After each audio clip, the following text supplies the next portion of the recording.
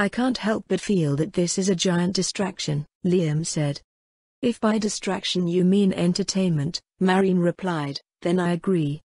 Daytime cheers transformed into nighttime fears that offered a curious spectacle for the men of House Rastello.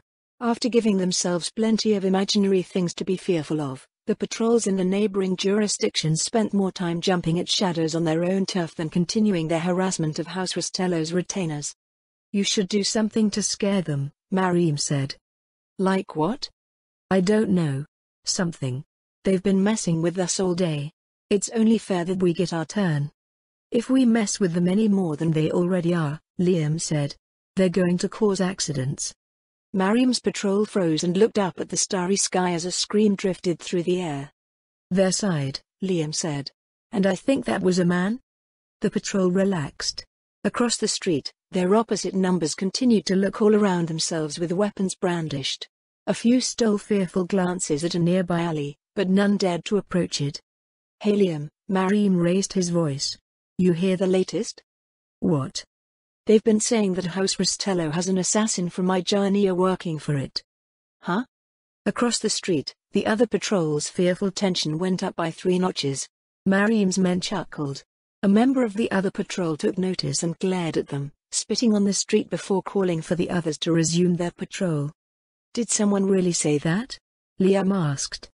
Yeah, Mariam answered as they went on their way. Something about hiring a guy to butcher Louser and his closest subordinates. It's ridiculous, but it still scared the hell out of anyone trying to come over to buy things. Our people are hurting from that, another patrolman said. We need a way to get their business back. Normally, avoiding their part of the city was impossible, as sections of a city were organized by industry. All of the leatherworking shops, including the cobblers and tanneries, were somewhere within House Rastello's jurisdiction. The alchemists were next to the tanneries since both of them stank, and artificing shops like Raquel's ended up by the alchemists since alchemists were also arcane artisans and supplied many reagents for enchanting.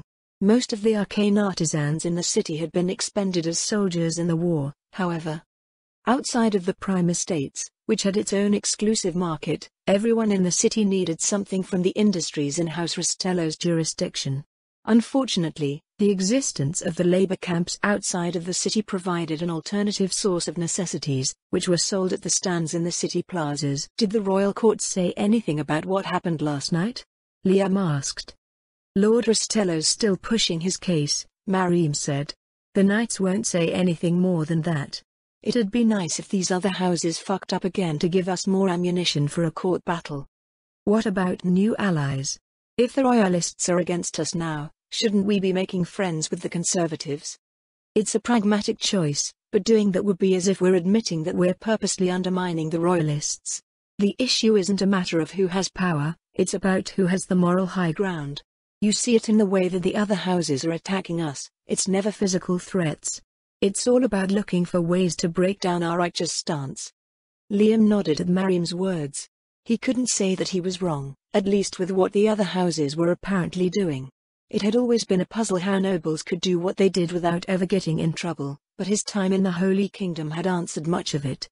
Simply put, it was a matter of following the rules and not getting caught if one broke them. One might say that it was the same for everyone, but nobles knew the rules and how to use them infinitely better than the average commoner. Just as important was the fact that they had the means to put their expertise to use, making them extremely tricky to confront directly over anything. If the other houses believe that rumor about us having an assassin, Liam said, what will they do? Beats me. I figured you'd know better. You make it sound as if I sit around plotting other people's dooms. Well, I don't either. Neither do the knights nor Lord Rastello. We all do what we think is right. What's right, huh? So that means if what they believe is bad enough, they'll take measures to do what's right. I suppose that's one way to put it. Get any ideas? If people can hire assassins, is there such a thing as hiring anti-assassins from somewhere? There seemed to be a profession for everything, and something like that would be his biggest source of trouble. Assassins are basically monsters, Mariam said, so maybe an assassin for the assassin? Like using a monster to fight a monster. Then I hope they never send a monster our way. Liam split off from the patrol as it entered the Western Plaza, returning to the rooftops. The unpredictability of the situation was the worst part of it all. No one knew what they were doing, so people would try whatever they thought was a good idea. At least there were limits set by the Holy Kingdom's prevailing sense of common decency, but an affront to that sense could also provoke extreme reactions that one wouldn't experience in places like Riastais. He hopped over an alley, taking note of the changes below. During the day, Sir Pires had ordered his men to clear away all of the refuse and obstacles in the alleys that rogues might be able to hide behind. Liam hadn't spotted a single intruder the entire night. As with Esme, everyone was probably terrified of setting foot in House Rastello's jurisdiction after the latest attempt ended in a fatality, and all of the rumors circulating in the city made things seem even worse than that. I should see Remedios soon. She probably had a mountain of questions for him.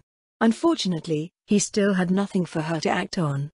Just before dawn, a set of shouts drew Liam to the south side of the jurisdiction. One of the Rastello patrols was already there, watching a broad man struggle against two armsmen from the neighboring house as he waved a hammer in the air. "You killed him. You killed my boy."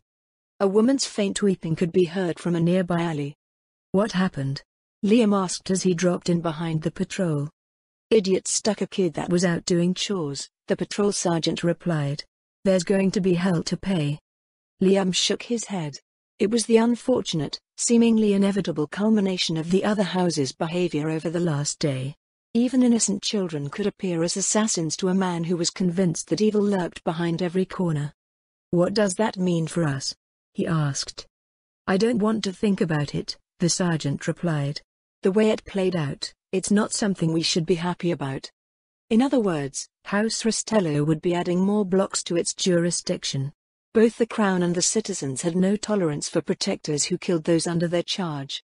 A pair of men accompanying a priest appeared from the direction of the plaza.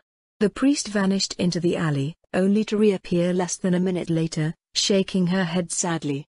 "Why?" The man with the hammer finally broke down. "Haven't we suffered enough? First demi-humans, then demons, and now you damned Southerners." The patrol stood around the man powerlessly, unable to answer his grief. They appeared just as shocked once the reality of what had happened had fully sunk in. As dawn arrived, word of the incident spread quickly across the city, resulting in an unnatural stillness that lasted past the end of Liam's shift. Liam stayed in the city after the end of the company debriefing, loitering around the sparse markets of the Western Plaza for a while before heading deeper into the city. Things were subdued even at Pratt Gate in the east. People picked up what they needed before immediately going home. Needless to say, the prime estates were far more heavily guarded than usual. Each gate had triple the sentries, and they were turning away anyone who didn't look well off enough to have business within. So much for seeing Remedios. Sneaking around in the dark was one thing, trying to stroll through a well-guarded passage in broad daylight was another. He could wait to see whether she would come out into the city on patrol, but without knowing what her route and schedule were, it would probably involve a lot of waiting around. Liam returned to House Rastello's jurisdiction to find one of the patrols standing outside the alley where the fight with the enemy scouts had taken place. He walked up to the group, trying to catch a glimpse of what was happening beyond them. "Stand back. This is, aren't you the Leather Girls guy? What's going on?" Liam asked. "Holy Order's here," the patrolman answered. "They're investigating the scene from the other night and taking statements. But a company wasn't involved." "You don't have to tell me. The Holy Order answers to the Holy King. If he tells them to go, they go, and they go according to their own schedule."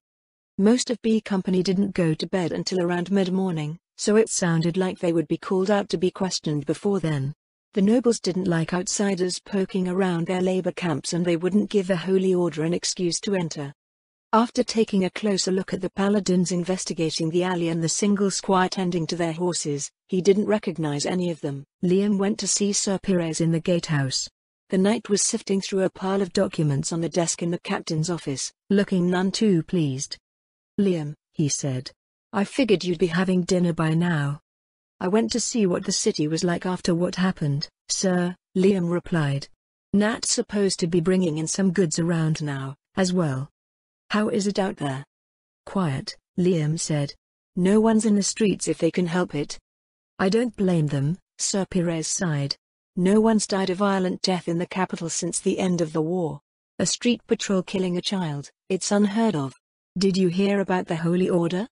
I saw them in the alley on the way back, but I didn't stick around to speak to them. Sir Pires drew a fresh sheet of paper from the desk, then took up a quill in his hand. They're still going to want your account. I can only imagine what the other houses will try to pull if they're the only ones testifying. Let's hear what you have to share.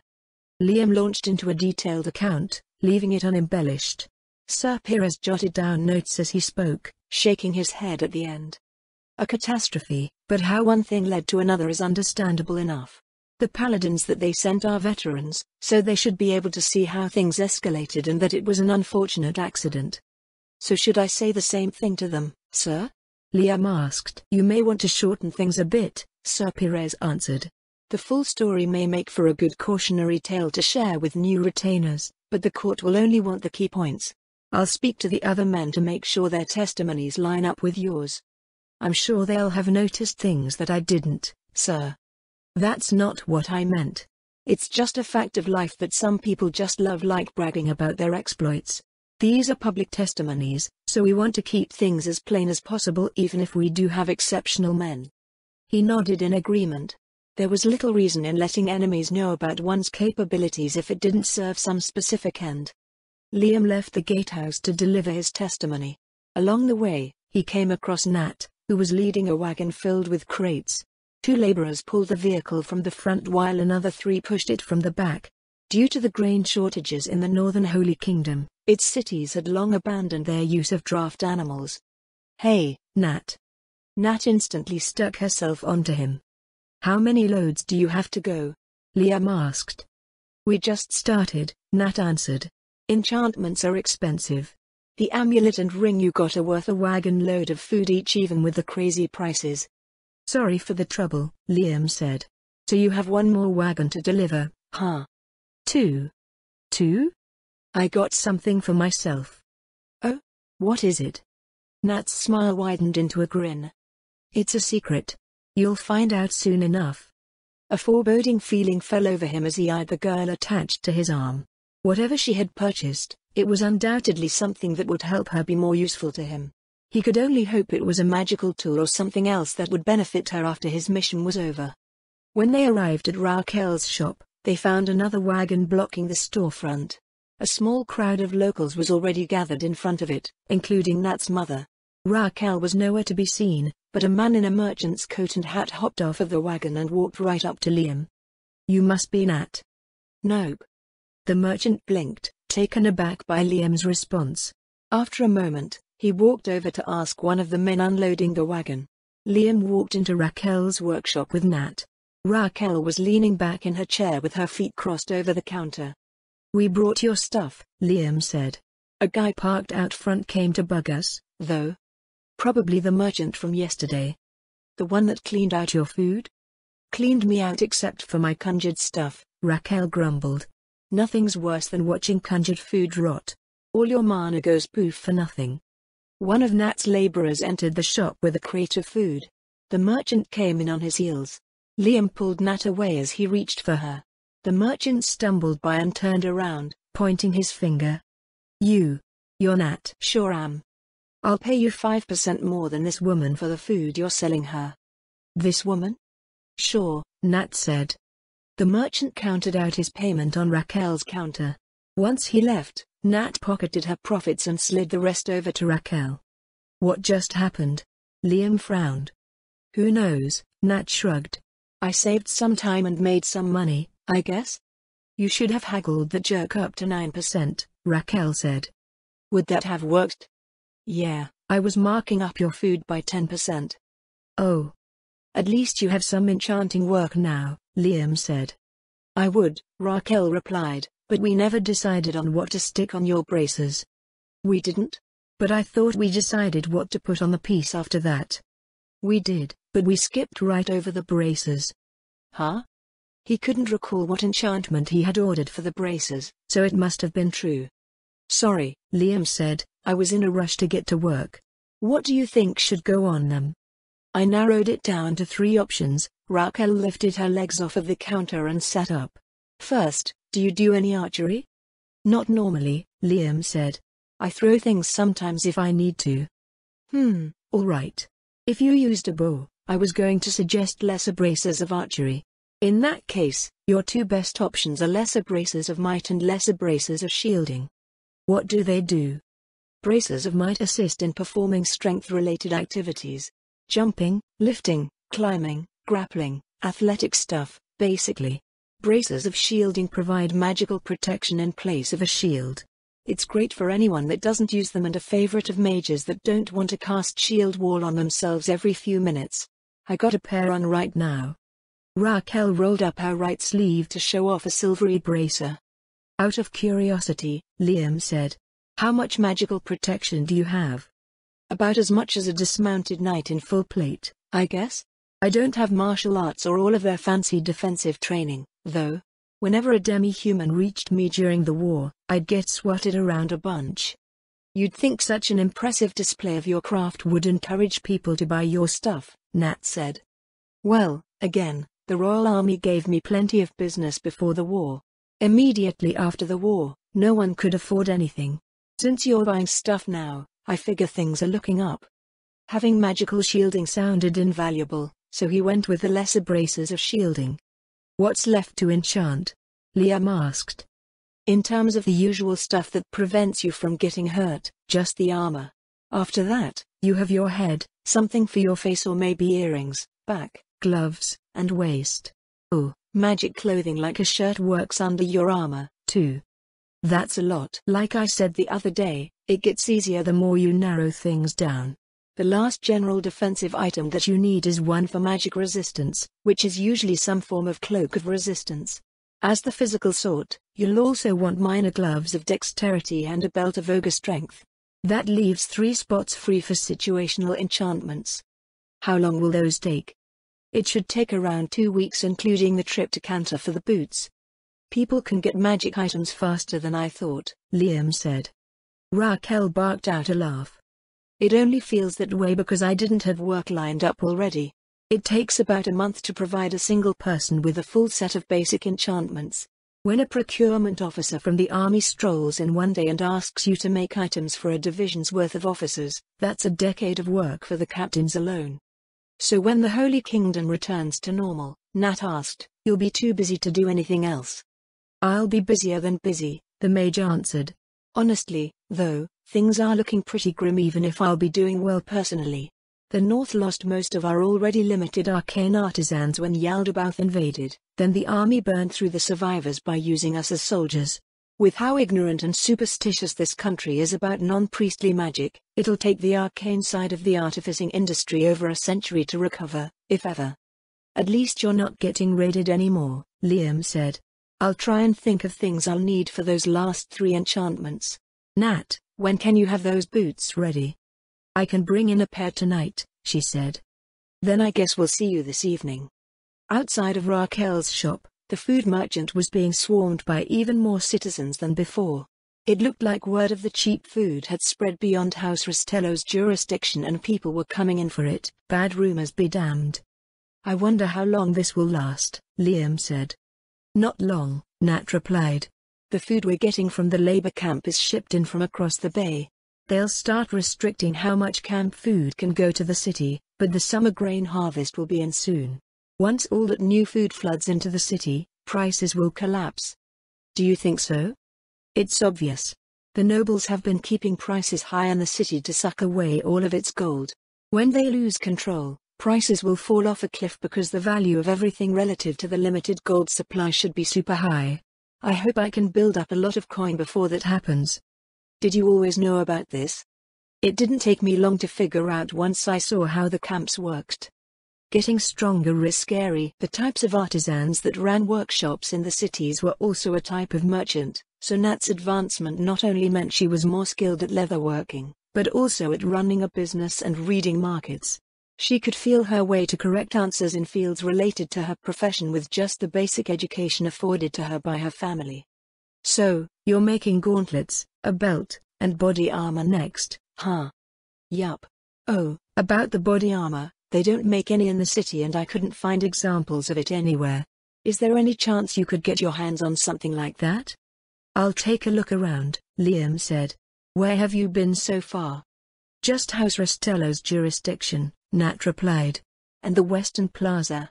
I never liked going anywhere else, even when I lived in the city.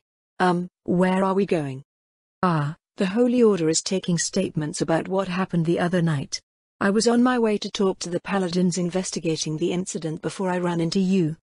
Fortunately, the Paladins were still there, though they were now recording testimonies from the scuffle's participants.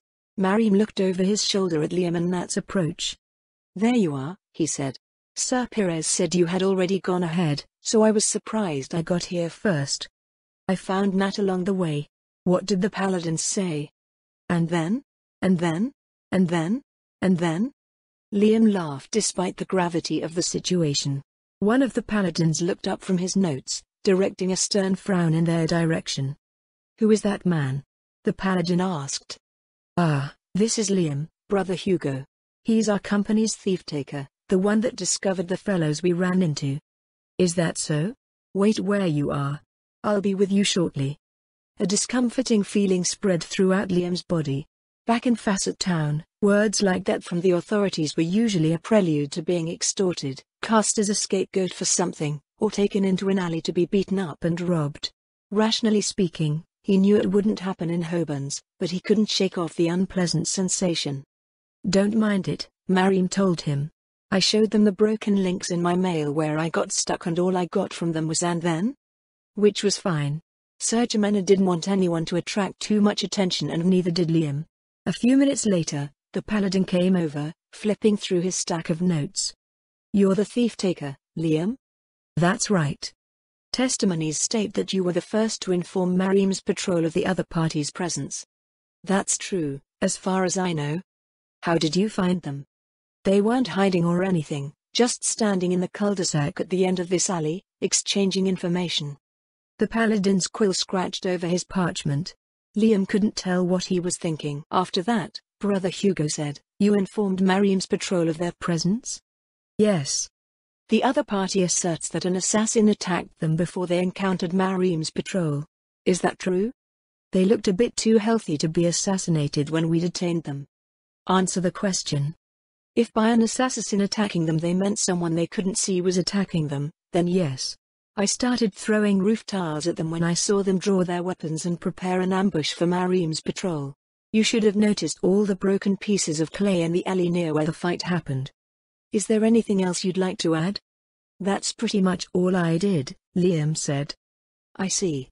The Paladin put away his materials, then reached out to grip Liam by the arm. Liam, you're coming with me. Huh? You have been accused of 2 counts of assault and battery by Lord Stefano Vizela and Lord Camilo Alva. But, Hobans is the property of the Crown and an alley is a public thoroughfare. Furthermore, those charged with city security have no right to detain or attack citizens without warrant or legal justification. But I just told you they were going to attack Marim's patrol. They literally did. That's your claim. Other testimonies claim otherwise. The truth of the matter will be determined in court. 88, 89, 90. The air parted around Remedios' blade as she performed her morning sword drills. She ignored the household staff as she went through her forms, but then the doorbell rang. Miss Custodio, Carla said. The Grand Master is here to see you. Remedios lowered her blade with a sigh. Decent warriors hone their bodies and skills in the morning, but Gustav was never one for improving his combat capabilities. Get some breakfast ready for him, she said. I'll be right down. She sheathed her blade and made her way up the stairs to her solar. 15 minutes later, she came back down in her full uniform. Upon entering her dining room, she found that Gustav wasn't. Not here on official business, Captain. Remedios frowned. What? Gustav put on an innocent look. I can't visit an old friend for breakfast. Besides, nothing that I'm about to share is official, yet. Remedios took a seat across from her guest. Gustav always did things in roundabout ways and she supposed that becoming the Grand Master of the Holy Order hadn't changed that. If anything, it had made those tendencies worse. Where's that young man I sent your way? Gustav asked. Working, Remedios replied. He went and infiltrated one of the houses around the city. For some reason, it feels strange that you can say something like infiltrated with a straight face. Is there a better word for it? No, just saying. Honestly, I half expected you to raise him as a squire. What did he find out? A lot, but nothing that we can act on so far. He said that things are going to get heated soon, though. Gustav popped a fig into his mouth, munching away with a slight smile. What? Remedios said. You seem to be doing better now, Gustav told her. Back to being the old pain in the ass. Except I don't have to deal with all of that paperwork anymore. Didn't Sanchez and I do most of it back then? Remedios cut out a piece of broiled fish. Paperwork wasn't the reason why she had been made Grandmaster anyway. What about you? She asked. How were things out east? Gustav settled into his seat, leaning back as he sipped his tea. Remedios reached for a slice of cheese. The royal army is gone. A sharp clink sounded as her fork punched through the wedge of cheese, split apart the stone cutting board under it and embedded itself into the table. Gone? I was mediating a logistics dispute between the local leaders near the wall and the royal army when the survivors started returning from the wilderness. We rushed back to the capital after hearing a half-day's worth of their accounts. The royal court has 3 weeks at best to figure out what to do. After that, the news will have reached the ears of the common citizens. But how could a whole army just be gone? If you include the forces that the southern nobles committed, that army was twice as large as what we had to fight Yaldabaoth. That fact still rankled her like a poisoned arrow. The southerners had withheld their forces even when the very existence of the Holy Kingdom was at stake, then conveniently produced a giant army once there was something to gain. It sounded like a whole lot of things went wrong in quick succession. The army followed the highway to Riestais for 30 kilometers before heading east into the Rinclusa Valley, spreading out to clear the tribal settlements. Remedios envisioned their advance on a map in her head. There was nothing remarkable about Marquis Bodpio's strategy, though nothing remarkable was required. All they were doing was sweeping away tribes of primitive demi-humans that weren't anywhere near as powerful as those found in the Abelian Hills. When did things start to go wrong? She asked. Roughly 3 or 4 days in, Gustav answered. All of the carrion left behind by the fighting started attracting scavengers from the mountains. It wasn't long until wild griffins, wyverns, manticores, pythons and all sorts of monsters went from feeding on the carrion to raiding the army's supply lines, and their escorts. Once the army was paralyzed by provisioning issues, the demi-humans they were pushing back rallied and launched a massive retaliation. That's the last bit of information that we got from the retreating scouts. Damn it. Remedios banged her fist against the table. I told them that they needed me to come along. You weren't the only one, Gustav noted. Marquis Bodipo himself requested your presence, but the royalists insisted that you should be kept at home for national defense. In their blind greed for acclaim and territorial gains, they had disregarded her warnings about threats that only powerful combatants could counter. As usual, most of the southern nobles believed that chivalric elan and numbers were the only things that mattered in war and that very elan had fed their numbers to the perpetually hungry wilderness. How many of our people survived? Remedios asked. I don't know. Anyone more than a day into the wilderness that isn't a ranger is as good as dead. The only survivors will be army scouts and some of the troops assigned to the supply lines. Remedios leaned on her elbow, rubbing her temple. A colossal headache was on its way. You already reported this to King Caspond. Of course, Gustav said. He's convening the royal court to discuss the matter this morning. I'll be there and I'm sure you'll be summoned, as well. What do you think they're going to do? Open recruitment? Recruitment's already open, Gustav told her, and this travesty is going to make enlistment go from crippled to dead. More importantly, we've essentially lost the entire army. Getting a few recruits isn't going to do anything when there's no army for them to join anymore. Then all of our domestic issues are going to get worse, too. I'm afraid to ask what domestic issues you're referring to. Well, while you were away, Remedios leaned back in her chair. The nobles basically took over Urban's economy and law enforcement. The Holy Order barely receives any reports from outside the Prime Estates anymore. Iago Lauza was assassinated and now someone that people refer to as the Faceless One is rallying Los Gandaros as a new militant faction to defend their interests against the nobles. The other nobles are up to something in the west and the rumors say that Duke de Bohuni's moved into the summer palace in Remian to organize them. Gustav stared at her as she listed off one thing after another. Remedios wiggled her fork free from the table and worked on the rest of her meal. His Divine Grace never mentioned any of this. Maybe it'll be brought up at the court session. The Grand Master inhaled his breakfast before rushing off. That can't be healthy. He didn't even thank us for the meal, Carla sniffed. Busy's busy, Remedios said. How do you think the nobles will respond? It's a massive blow to both factions, Carla replied. The loss of Marquis Bodipa stands out as the greatest, but the Royalists invested heavily in the campaign expecting major gains. With everything that's happening around Hoburn's tying up the Royalists' attention and resources, I believe that the Conservatives are free to make their next move. And what move might that be? The Duke's motive for moving to the Summer Palace is clear. He's going to throw his support behind Prince Felipe when the fleet arrives in Rimune. All of his faction's activities should revolve around building up and consolidating their power while formalizing the structure of their political movement.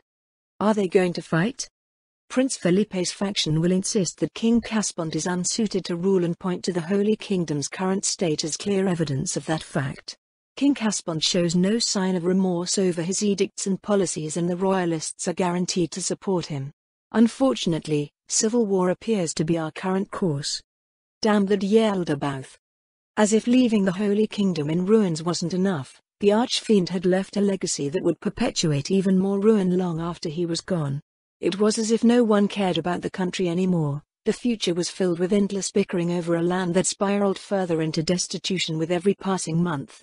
The legends of past fiends were nowhere near adequate a warning for the reality that came with them. And I bet that Sorcerer King will conveniently appear to save us again.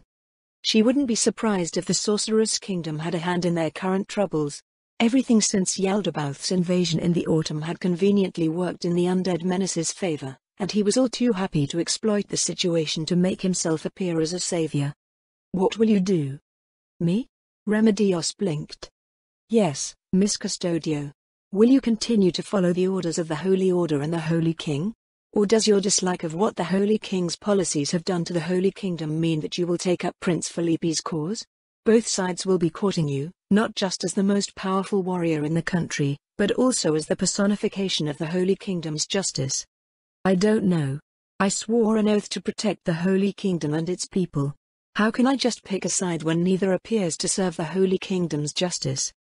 Picking a side would be unjust, but so would standing by and watching the country burn. To make things even more disagreeable, she wasn't particularly fond of any of Calca's brothers. Caspont had proven himself an incompetent ruler, but Felipe didn't seem much better. His head was filled with alien ideas picked up from his travels, and it was rumored that he had several mistresses that weren't even human. What about you? Remedios asked. Your house will be part of Prince Felipe's camp, won't he? I am simply a maid of this household, Carla smiled serenely. I will follow you wherever you lead, Miss Custodio. The maid continued smiling as she saw Remedios off. Remedios frowned as she eyed the increased security of the Prime Estates. Does this have something to do with what happened to the royal army? But that would mean the nobles got their information faster than Gustav could rush back to the capital. If not, why would they look so wary? It wasn't as if the royal army had been destroyed defending against a demi-human invasion. There was no reason for them to look around themselves as if something might jump out at them from the nearest hedgerow. As Gustav had predicted, a court summons awaited Remedios when she arrived at the Holy Order office. She strolled through the brightly lit marble halls that she and Kellett had walked thousands of times, at first to visit their friend Calca, and then to attend to their Holy Queen. The sound of her steps felt lonely, even with dozens of other people walking in the same direction. You're here, what's that look for? Gustav stood on the throne room balcony, where Calca usually did. Remedios wiped the sour expression off of her face, looking past the Grand Master to the panorama of the city her dearest friend loved. Just used to someone with less facial hair. What's that supposed to mean? Nothing. The nobles entered in order of their precedence, dividing themselves into their respective factions. Gustav made his way to the Grand Master's place below the throne. Remedios leaned against a balcony pillar with her arms crossed as the Holy King entered the High Hall of the Holy Kingdom. She scrutinized his nearly blank expression, unable to tell if he was bothered at all at the loss of so many of his people. Never mind being traumatized and turned bitter at what was undoubtedly a horrific period of imprisonment by Yaldabaoth's forces, Caspont now seemed barely human at best. Once the usual formalities were complete, the nobles gazed up at the throne with looks of anticipation. Remedios had seen it often enough to know that they had their reactions prepared in advance. So they do know. The good Grand Master brings grim tidings from the east, Caspont said. According to reports from the frontier, our royal army has met with catastrophe. Or not. There weren't any expressions of feigned dismay, outrage, or disbelief. Every noble in the room was dumbfounded. They didn't utter a word or even exchange looks with their peers. Dozens of jaws simply hung open in shock. I in no way intend to question the credibility of Grandmaster Montagna, Count Cohen said after a minute, but are you certain? And what is the extent of this catastrophe? Gustave repeated what he had shared with Remedios, though this time he didn't paraphrase things. As he related the reports from the army's survivors, the shock of the courtiers transformed into horror. At least half of the noble women fainted dead away. Does that mean we face another demi-human invasion? One of the nobles asked, one that was capable of annihilating the royal army? I don't know, Lord Cohen, Gustave replied. If Pavel Baraha was still around he could tell us for certain, but we no longer have any rangers remotely approaching his caliber. All we can do now is prepare for the worst. Prepare you say, but we've already committed our available forces to support the royal army. The demi-humans won't give a damn about our deliberations, a noble from the royalist camp said. We have no choice but to mobilize our reservists. But, the economy. Remedios' lip curled into a sneer. Here we go. While every member of the Holy Kingdom's population served their time in the army, the North bore the brunt of demi-human aggression. The South had developed in relative safety and its nobles had a mindset that reflected that. They had nowhere near the same sense of urgency when it came to martial matters as the Northern aristocracy and, now that the Northern aristocracy was gone, the culture of the royal court was dominated by the outlook and interests of the South. Of course, with the royalists controlling the East, they would be the first to suffer from any retaliation against the Holy Kingdom's campaign in the Rinclusa Valley. You fool. Count Cohen said, we must muster a defense or there won't be an economy to worry about. Let me guess, came a snide retort, since the royalists contributed the majority of the forces to the campaign, you'll demand exemption from the mobilization and have the rest of us cough up our men. It's only fair. Only if you ignore the fact that you royalists pushed for the campaign in the first place. You volunteered those men, we had no obligation to commit any forces at all. Why should citizens who have already rendered good service to the Holy Kingdom be made to pay for the consequences of your blind ambition? The debate devolved into a dozen different arguments. Remedios glanced at the throne, but the Holy King seemed to care little for the disorder of his court. Once the din of the hall rose by 2 notches, Gustave slammed the scabbard of his sword against the dais. Order, he shouted. He had to repeat his actions twice before the court quieted down. It usually only took her one attempt. What about the Marines? A conservative noble suggested. They were successful in fending off Yaldabaoth's southern thrust. Only because the conditions were ideal. They had the assistance of our demi-human allies, as well. Holding the wall will be a different matter. But they'll still be a far cry better than bringing in reservists that haven't fought for years or even decades.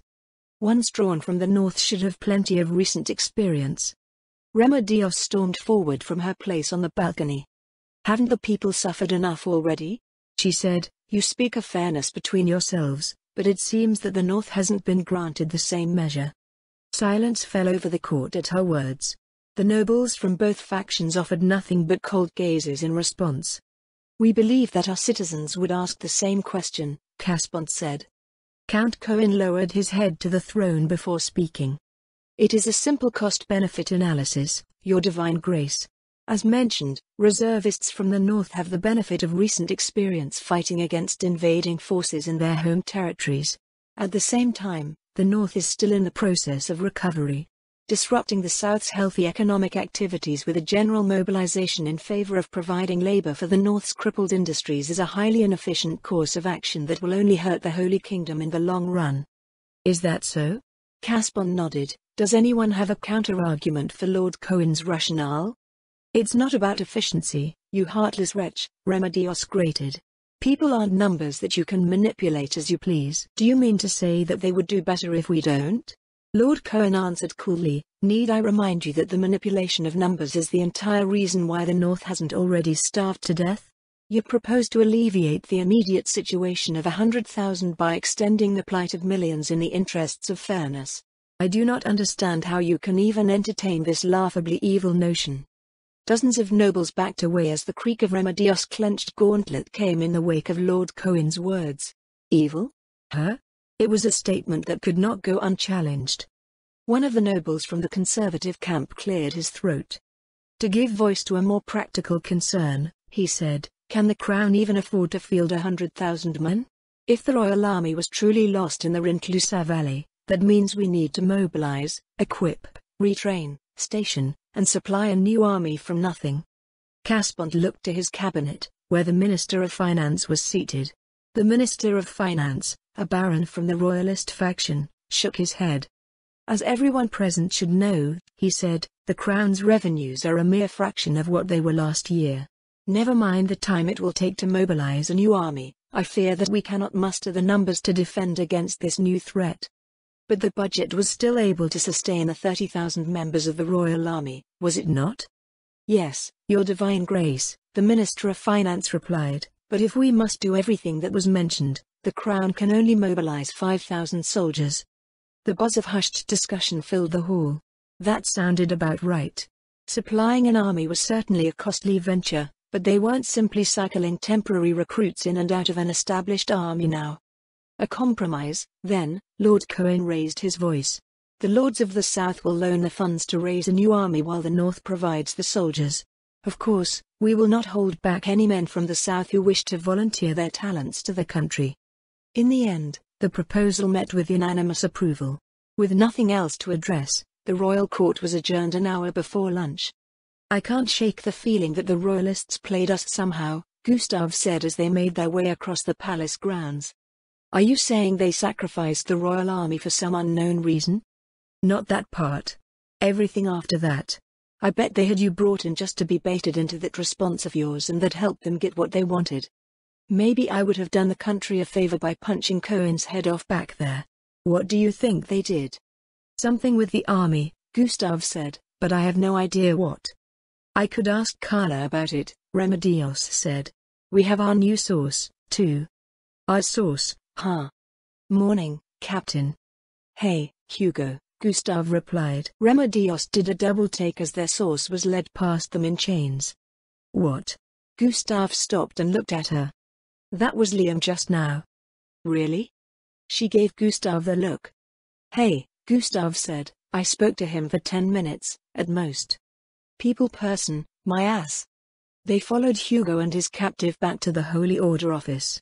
Hugo came back out to the front counter to file his report after locking Liam up. Hugo, Gustav said. That man just now didn't look like he was from the Prime Estates. I brought him in from the West Quarter, Captain, Hugo said. That far?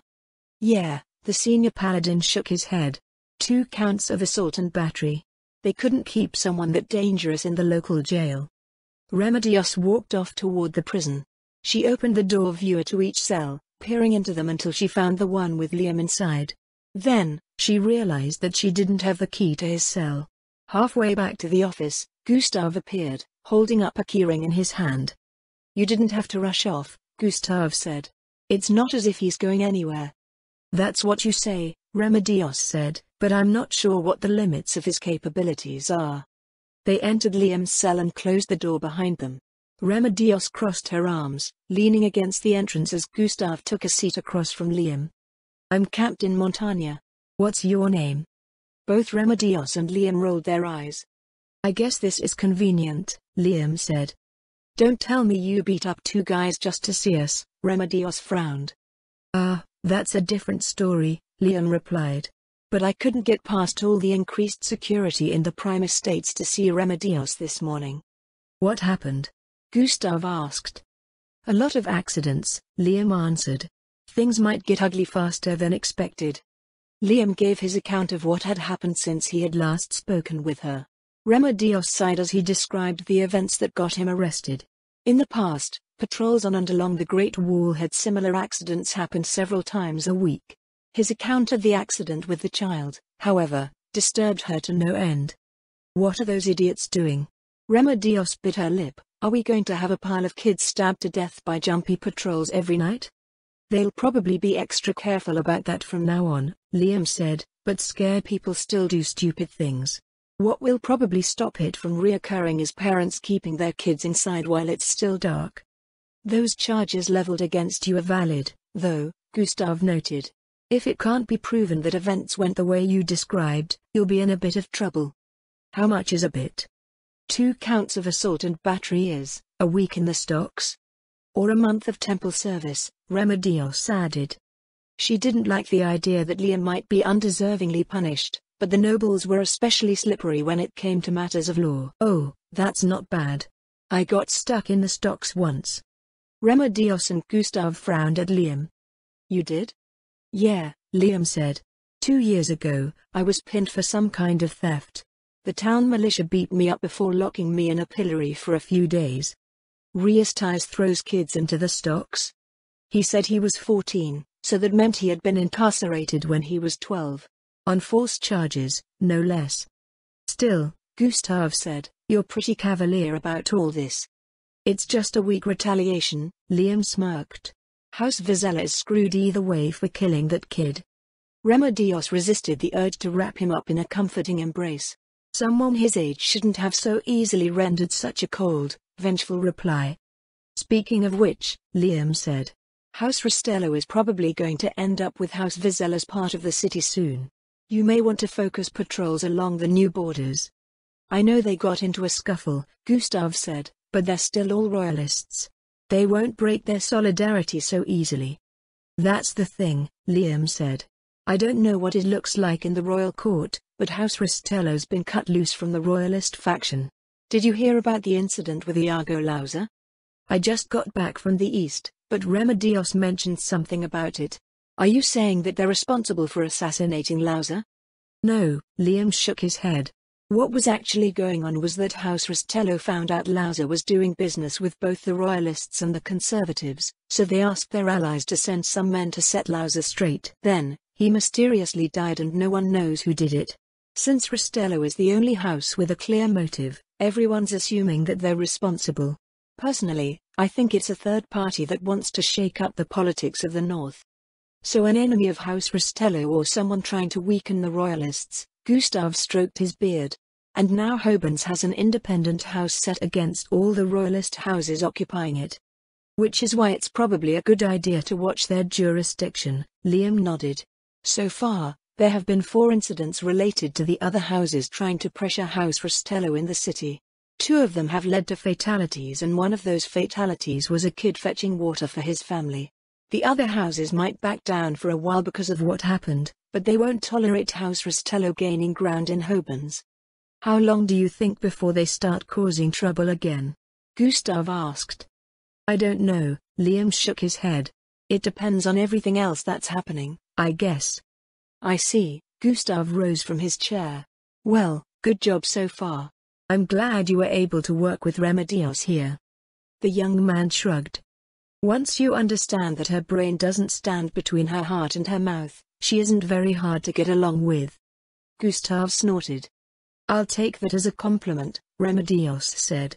If people were more forthright in their interactions, they wouldn't have all the headaches that they end up with. That aside, Gustav cleared his throat. We can't testify on your behalf in court, so I hope you're not expecting us to get you out of trouble. I'm not. Remedios straightened from the door as Gustav made his way over. In that case, the Grand Master said, may the gods be on your side for this trial.